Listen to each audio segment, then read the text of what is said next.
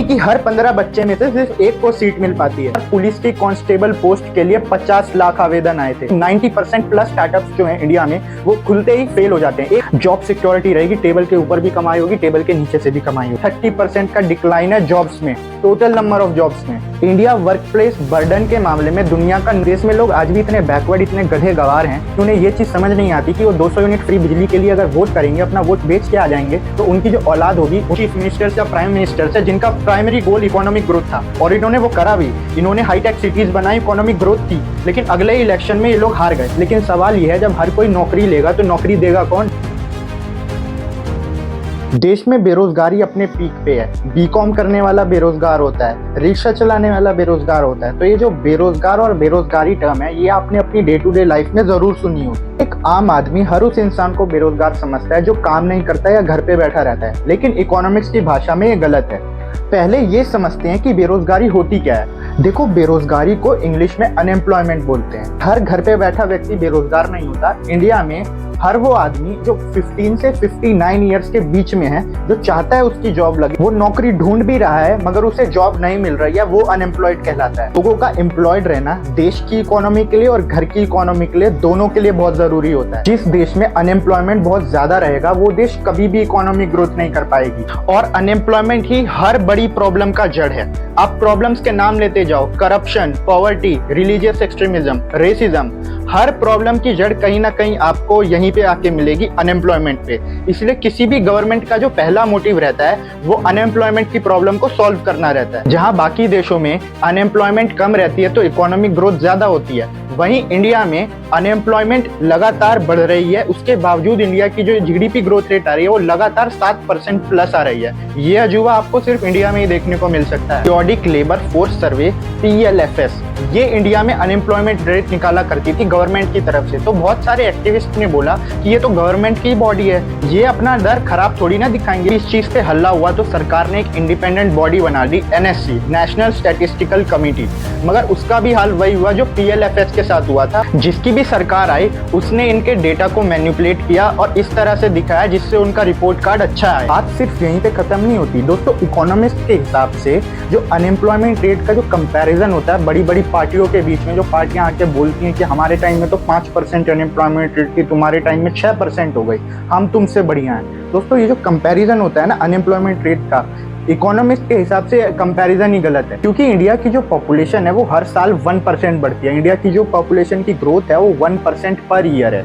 इसी वजह से जो हम रेट निकाल रहे हैं और फिर जो कंपैरिजन कर रहे हैं इकोनॉमिस्ट के हिसाब से, ये गलत है। और ये चीजें डेटा से बिल्कुल क्लियर हो जाती हैं। दोस्तों, 2023 की CMI की रिपोर्ट के हिसाब से 2016 में इंडिया में सेकेंडरी सेक्टर, मैन्युफैक्चरिंग सेक्टर में 5.1 करोड़ जॉब्स थी, जो 2023 में घट के 3.6 करोड़ जॉब्स हो गई हैं। 1.5 करोड़ जॉब्स कम हो गई हैं। सीधा 30% का डिक्लाइन है जॉब्स में, टोटल नंबर ऑफ जॉब्स। 2017 और 18 की गवर्नमेंट की रिपोर्ट के हिसाब से इंडिया में अनएम्प्लॉयमेंट रेट 6.1% थी, 45 ईयर हाई। और ये गवर्नमेंट रिपोर्ट ने बताया। इकोनॉमिक एस्टिमेट्स के अकॉर्डिंग इंडिया में 3 से 5 करोड़ लोग बेरोजगार हैं और इंडियन एम्प्लॉयमेंट रिपोर्ट 2024 के हिसाब से हर 3 में से 1 युवा बेरोजगार है।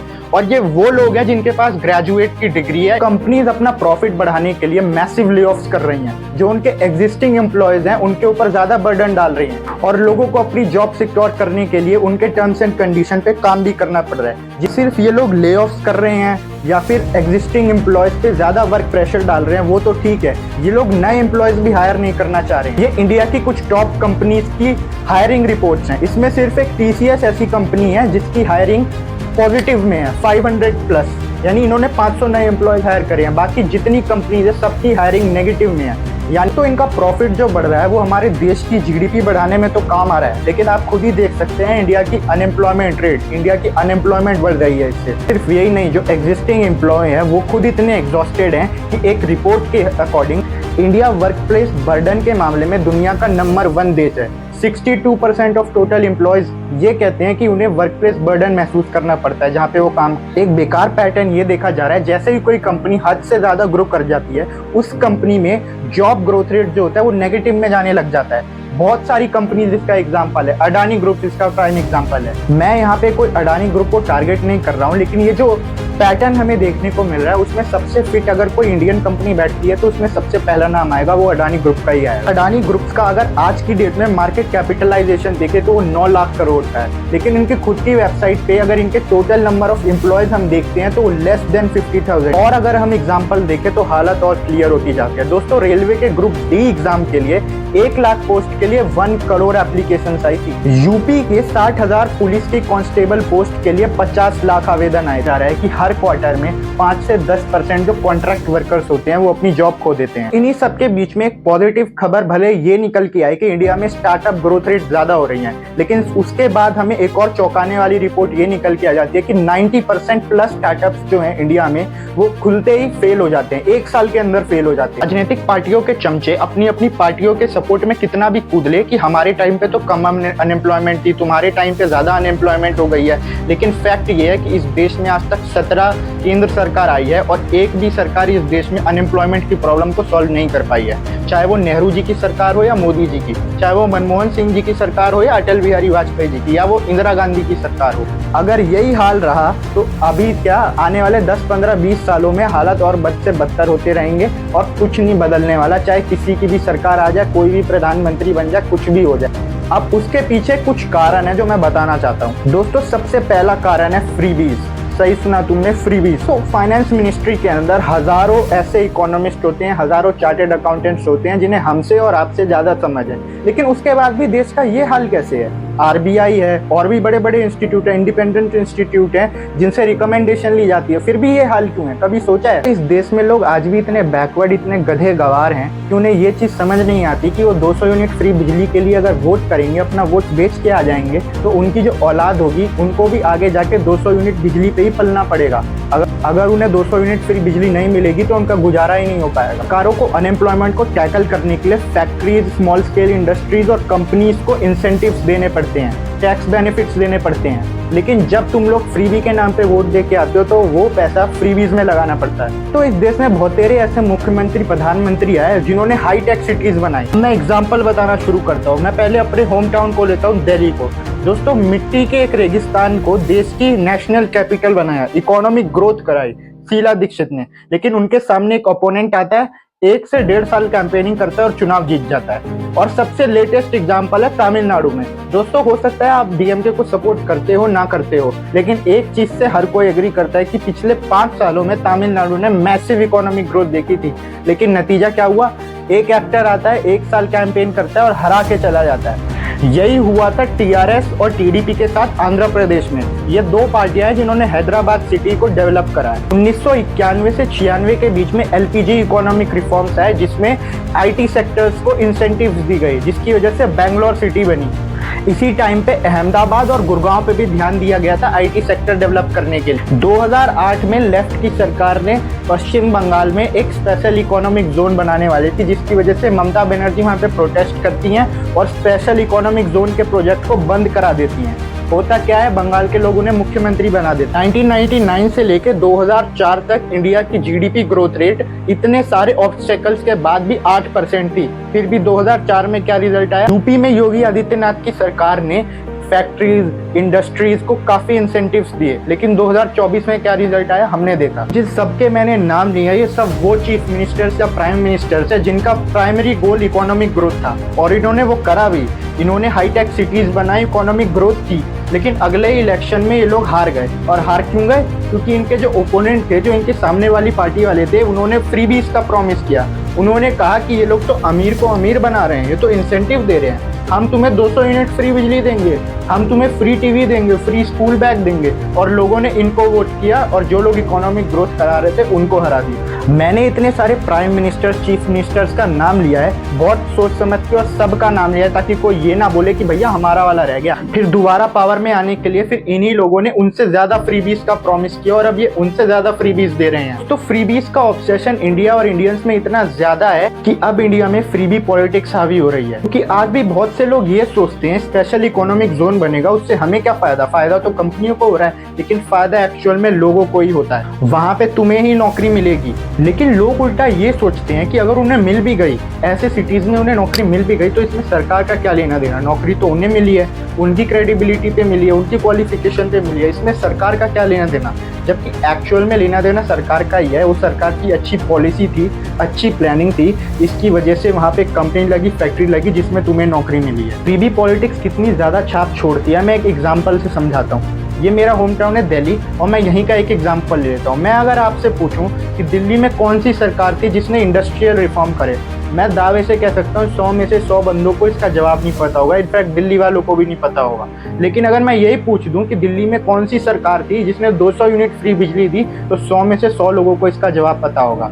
यही चीज़ तमिलनाडु पे भी अप्लाई करो। इंडिया की सेकंड स्टेट है in terms of GDP growth और जीडीपी के मामले में। अगर वहाँ पे ये पूछ दिया जाए कि इंडस्ट्रियल पॉलिसी रिफॉर्म कौन सी सरकार लाई, किसी को नहीं पता होगा।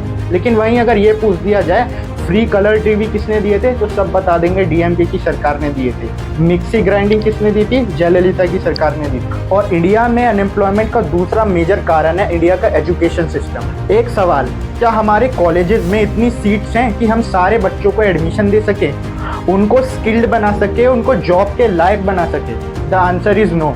हेल्थ केयर इंस्टीट्यूशंस का एग्जाम्पल लेते हैं। हमारे देश में सिर्फ 1.4 लाख MBBS और BDS की सीट्स हैं, लेकिन एप्लीकेशन आती है हर साल 20 लाख, यानी कि हर 15 बच्चे में से सिर्फ एक को सीट मिल पाती है। हमारे देश में एजुकेशनल इंफ्रास्ट्रक्चर की सख्त कमी है, कॉलेजेस की सख्त कमी है, मेडिकल इंस्टीट्यूशंस की सख्त कमी है। इनमें फिर जो है भी, उनमें भी टीचर्स की कमी है, स्टाफ्स की कमी है, और इंजीनियरिंग का तो इससे भी बुरा हाल है। ऑल्दो हमारे देश की टोटल पॉपुलेशन बढ़ रही है, लेकिन कॉलेजेस में इंजीनियरिंग सीट्स 2 लाख से भी ज़्यादा सीट्स कम हो गई हैं। उसके बाद जो स्टाफ्स और टीचर की जो पोस्ट है, हर इंस्टीट्यूशन में करीब 30 to 50% पोस्ट खाली पड़ी हुई है। इन सब के बाद अब जो गवर्नमेंट इंस्टीट्यूशंस भी जो है, IIT, IIM जैसे इंस्टीट्यूशंस भी है, उनमें भी फीस हाइक्स देखने को मिल रही हैं। और जिन बच्चों को गवर्नमेंट मेडिकल कॉलेजेस इंस्टीट्यूशंस में सीट नहीं मिलती, उनके पास फिर एक ही ऑप्शन रहता है प्राइवेट कॉलेजेस में जाने का। लेकिन प्राइवेट कॉलेजेस की फीस बहुत ज़्यादा है। एक तरफ तो फीस हाइक भी हो रही है, मगर जो क्वालिटी ऑफ एजुकेशन है वो बिलो एवरेज है। और जो सीट्स बची भी हुई है, तो हर साल जो उनमें एनरोलमेंट होता है, हर साल लगभग 50% ऑफ द सीट्स वैकेंट जाती है, खाली जाती है, उनमें कोई एनरोलमेंट नहीं होता। ये दोनों प्रॉब्लम लीड करती है तीसरे प्रॉब्लम के लिए, that is unskilled labour. SHRM report के हिसाब से जब ये कंपनी के पास गए, तो उन्होंने बताया कि जो 84% ऑफ द एम्प्लॉयज उनके पास आ रहे हैं इंडिया के अंदर,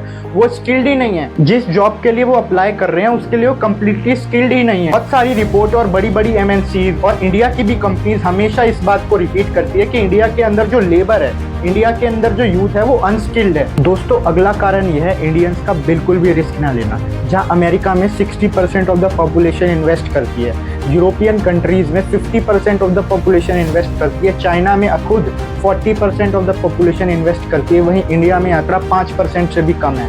मैं ऐसे ही इंडिया में एक एस्टिमेट के अकॉर्डिंग 20,000 आदमियों पे सिर्फ एक आदमी अपना बिजनेस खोलता है। चाइना में आंकड़ा 14,000 है और USA में आंकड़ा 5,000 है, यानी 5,000 में एक आदमी बिजनेस खोल रहा है। चाइना में 14,000 में एक आदमी बिजनेस खोल रहा है। और इंडिया में सिर्फ यहीं पे बात खत्म नहीं होती।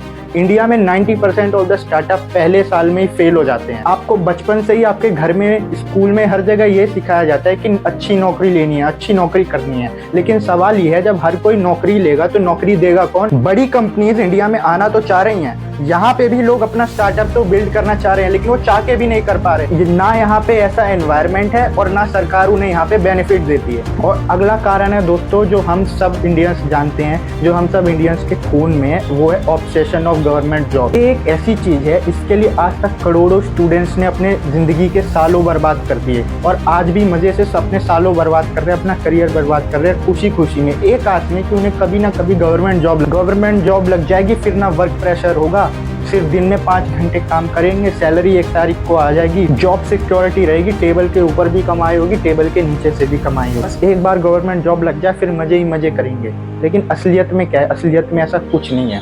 सिर्फ कुछ हज़ार गवर्नमेंट जॉब्स के लिए करोड़ों बच्चे अप्लाई कर रहे हैं। डिस्पाइट नोइंग की जो सक्सेस रेट है वो लेस देन 1% है, फिर भी करोड़ों बच्चे अपने ज़िंदगी के सालों इसमें दे रहे हैं। आए दिन सुसाइड्स की खबर सुनते होंगे, गवर्नमेंट जॉब नहीं लगी, इस वजह से कई बच्चों ने सुसाइड कर लिया। ये जो जॉब्स है ये लिमिटेड है और आगे भी लिमिटेड ही रहेंगी। क्यों? क्योंकि एक रेवेन्यू एक्सपेंडिचर है, ये सैलरी का खर्चा, पेंशन का खर्चा, और इसे सरकार को, तो फिर कर क्या सकते हैं जब हालात नहीं बदलने वाली किसी की भी सरकार आ जाए तो? सिर्फ एक चीज़ कर सकते हैं और जिससे सही में हालात बदल सकते हैं, वो है डेवलपमेंट के नाम पे वोट दे सकते हैं, जॉब्स के नाम पे वोट दे सकते हैं, इकोनॉमिक ग्रोथ के नाम पे वोट दे सकते हैं इंस्टेड ऑफ फ्रीबीज के नाम पे।